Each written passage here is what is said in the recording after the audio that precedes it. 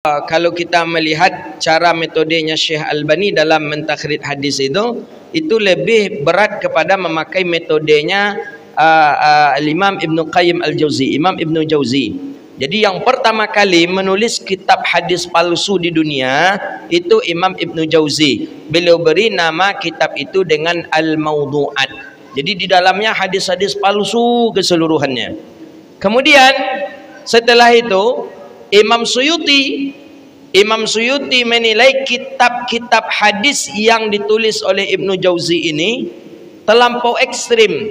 Maksudnya hadisnya ada juga hadis yang kuat, tapi terlalu gegabah beliau mendhaifkan dan bahkan memaudhu'kan. Terlalu cepat beliau mengatakan hadis ni palsu, hadis ni palsu. Nanti di dalam kitab Al-Mawdu'at tadi, maka beliau gantilah Imam Suyuti karang pula satu buah kitab hadis mengenai maudhu' dengan judul itulah dia Lalailul Masnu'at fi Ahadisil Mawdu'at, 5 jilid. Ini untuk apa ini?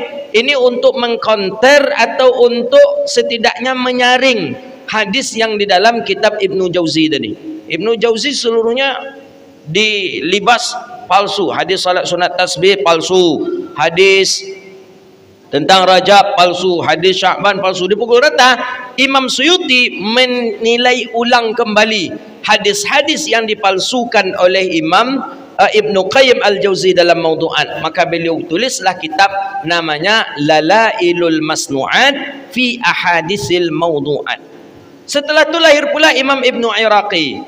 Imam Al-Iraqi dilihat oleh Imam Iraqi, ini nampaknya Imam Suyuti pun ada hadis yang sebenarnya hadis itu tidaklah dhaif, tidaklah palsu tapi dimasukkan, atau hadis itu palsu tapi tidak dimasukkan ke dalam kitab itu. Ditulis pula lah kitab namanya Tasnifatus Syariah fi Ahadisil Lalailil Masnu'at. Jadi dari dulu orang-orang ulama-ulama dulu sudah banyak yang bergelimang, berkecimpung di dalam dunia hadis. Palsukah hadisnya, dhaifkah hadisnya, sahihkah hadisnya. Cuma ulama-ulama dahulu masih ada sifat insaf. Apa insafnya?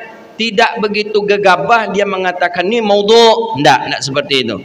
Oh ini dhaif, oh ini sesat, oh ini apa, enggak.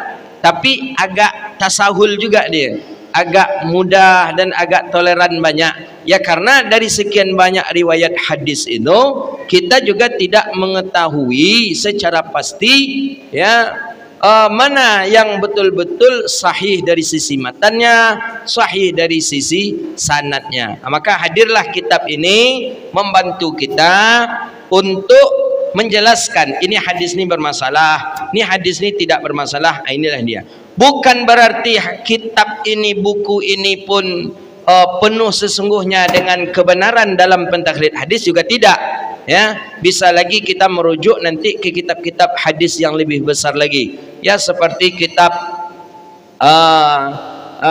Ibnu Khuzaimah, Sahih Imam Ibnu Hibban, Mustadrak Hakim, atau mungkin dengan kitab-kitab yang lain mungkin bisa kita merujuknya.